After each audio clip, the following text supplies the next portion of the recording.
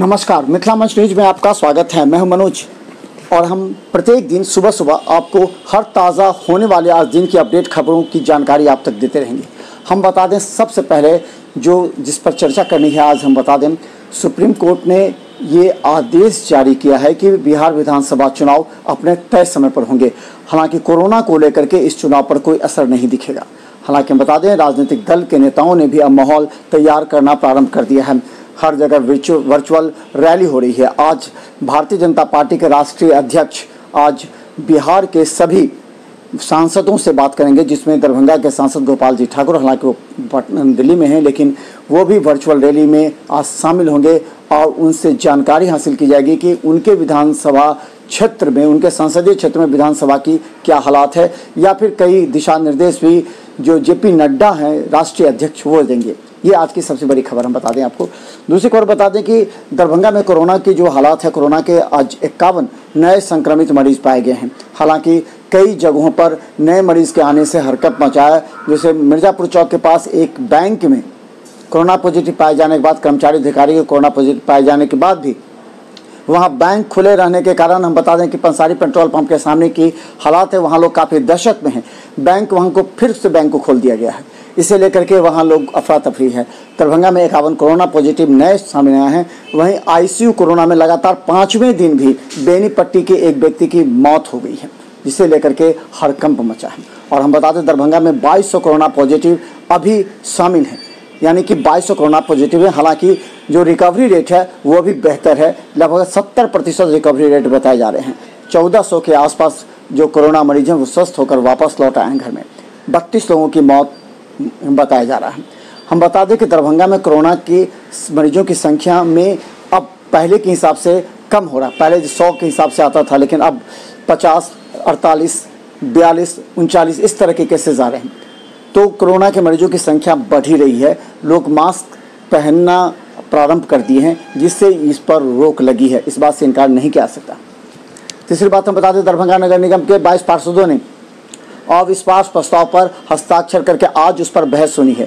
और दरभंगा, हालांकि जो मेयर थे वैजयंती देवी खेड़िया, उन्होंने दरभंगा डीएम से कहा था कि अंबेडकर सभागार में आज बहस चलाई जाए, लेकिन आज अविश्वास प्रस्ताव पर बहस जिला परिषद में होगा और 11 बजे के बाद यह जिला परिषद में जो अविश्वास प्रस्ताव है उस पर मतदान होंगे। हालांकि दोनों पक्ष ने देर रात से अपनी गुटबंदी को मजबूत कर ली है।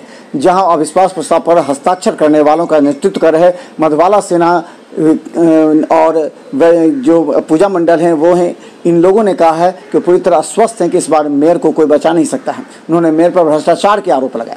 वहीं दूसरी तरफ बता दें, मेयर वैजयंती देवी खेड़िया ने कहा कि उनके जितने पार्षद हैं वो पूरी तरह उनके साथ हैं। उन्होंने इस विपदा, कोरोना और बाढ़ के समय में भी बेहतर कार्य किया है। वो सड़क पर भी लोगों को दिखा है। हालांकि बाढ़ अधिक आ जाने की वजह से हर समय आपदा आती है, और जब जो बड़े बड़े शहरों में भी, मेट्रोपॉलिटन सिटी में भी जब पानी आ जाने से लोगों को परेशानी होती है, तो दरभंगा छोटा शहर है, लेकिन उन्होंने बेहतर प्रयास किया। उन्होंने कहा कि वो पूरी तरह अस्वस्थ हैं कि इस बार वो जो पार्षद हैं उनके पक्ष में मतदान करेंगे पिछले की तरफ से। लेकिन हम एक बात बता दें कि डिप्टी मेयर बॉबी खां की भूमिका काफ़ी अहम होगी, और विश्वास प्रस्ताव पर साइन करने वालों ने बॉबी खां पर पूरी तरह आस्था जताई है। उनका कहना है कि अगर इसमें बॉबी खां सपोर्ट करते हैं तो आगामी 3 माह तक बॉबी खां ही मेयर के प्रभार में रहेंगे और फिर बॉबी खां मेयर हो सकते हैं। इस तरह की बात बॉबी खां को बताई जा रही है। लेकिन जो विरोधी खेमे हैं, यानी कि मेयर के पक्ष के लोग कहना है कि नहीं, डिप्टी मेयर पूरी तरह पहले से भी साथ हैं और अभी भी उनके साथ हैं। लेकिन एक सवाल जरूर लोग पार्षद पूछ रहे हैं कि अगर मेयर पर भ्रष्टाचार के आरोप लगे हैं कि मेयर ने शहर के लिए बेहतर काम नहीं किया, तो ये आरोप सिर्फ मेयर पर ही नहीं लगे हैं, ये आरोप डिप्टी मेयर पर भी लगे हैं, क्योंकि वो मेयर के साथ हैं, मेयर के साथ कार्य कर रही हैं। और जीत चुनाव में जब डिप्टी मेयर बने थे उसमें मेयर के पक्ष के लोगों ने ही उनका साथ दिया था। तो अब सवाल कई हैं जिसे लोगों को सोचना है, समझना है। लेकिन सवाल सिर्फ एक ये है कि इस बार मेयर के खिलाफ गोलबंद पार्षदों के अंदर ही अंदर कुलबुलाहट है। जो मेयर को हटाना चाह रहे हैं उनके अंदर भी कई मायनों में एकता नहीं देखी जा रही है। इसलिए ये उम्मीद कम लगाया जा सकता है, हो सकता है कि मेयर को हटाने की मुहिम में कई पार्षद ऐसे हैं जो दरभंगा जिला परिषद में आज नहीं पहुंचे। हालांकि मधवाला सिन्हा ने स्पष्ट कहा है कि अगर आज जो लोग नहीं पहुंचेंगे जिला परिषद में, कम से कम पहुंचे, मतदान करें, किसी को भी मतदान करना हो, अगर नहीं करेंगे तो ये समझा जाएगा कि वो मिठाई खा करके आए हैं। लेकिन हम बता दें कि इस बार आज की रणनीति पर हमारी रहेगी पैनी निगाहें। कौन से पार्षद जिला परिषद पहुंचे, कौन से पार्षद ने मतदान किया है और फिर दरभंगा का मेयर कौन होगा, क्योंकि ये बात लोग भी पूछे हैं और पार्षदों में भी गहमागहमी थी कि अगर मेयर को हटाया जाता है तो दूसरे पक्ष से मेयर का चेहरा कौन होगा। इसको लेकर के विवाद था। कुछ लोग कहना था कि पूजा मंडल होगी, तो कुछ लोग कहना था मधुबाला सिन्हा होगा। इस बात को लेकर के अंदर ही गहमागहमी है, लेकिन सभी का कहना है कि पहले मेयर हटाओ फिर नया मेयर बनाओ। देखते रहिए मिथिला मॉर्निंग पर, हम हर अपडेट आपको दिखाएंगे। इसके अलावा भी हम आपको बता दें, दरभंगा डीएम ने स्पष्ट कहा है कि बाढ़ पीड़ितों को उकसाने वालों पर कड़ी कार्रवाई की जाएगी। गौरतलब है कि बहेड़ा थाना पर बाढ़ पीड़ितों ने एक बैंक में 6,000 रुपया अकाउंट देखने के लिए वहां हंगामा किया। बाढ़ पीड़ित राशि नहीं मिलने के कारण हंगामा किया, थाने पर पथराव किया।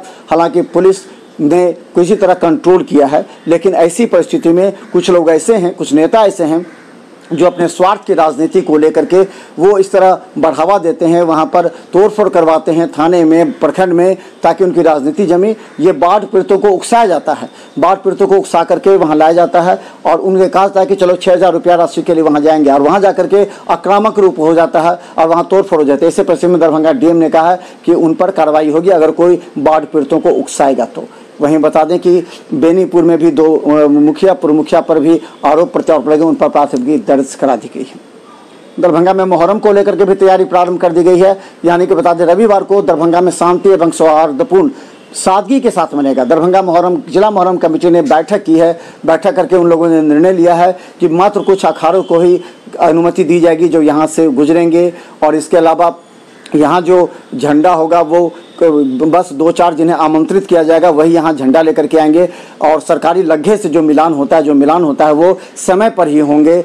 उसमें भी मात्र जो जिला मुहर्रम कमेटी के कुछ सदस्य हैं वो शामिल होंगे, और इस बार भीड़ भाड़ नहीं लगाने की इजाज़त दी गई है और कहा गया है कि सभी अपने अपने घर में अपने छत पर ही रहें और देखें, अपने घर से ही इस बार सादगी के साथ मुहर्रम मनाएं। मुहर्रम का पर्व काफ़ी शांति और भाईचारा के साथ मनाने के लिए जिला प्रशासन ने भी जिला मुहर्रम कमेटी के साथ बैठकें कर रही हैं।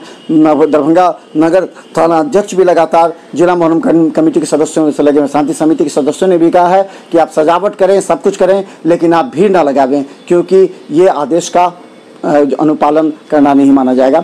और हालांकि बता दें जिला मुहर्रम कमेटी के साथ सभी अखाड़ों ने भी इस बात को, जिला प्रशासन और जो देश में ये कोरोना महामारी है उससे बचने के उद्देश्य से इस बात को मानने की भी तैयारी कर ली है। उन्होंने कहा है कि अब वो अपने अपने मोहल्ले में, अपने घरों में ही शांति के साथ, भाईचारा के साथ यह मुहर्रम मनाएंगे। तो मुहर्रम को लेकर के कल, यानी कि कल जिला मुहर्रम कमेटी जो है सो पूरी शांति के साथ सभी अखाड़ों को कहा गया, सभी 132 अखाड़ों को कहा गया कि, और लगातार संदेश दे रहे हैं ताकि कहीं से भी कोई उपद्रवी आगे ना आए, कहीं से कोई जो जिला मुहर्रम कमेटी का दिशा निर्देश है उसका ही पालन करें।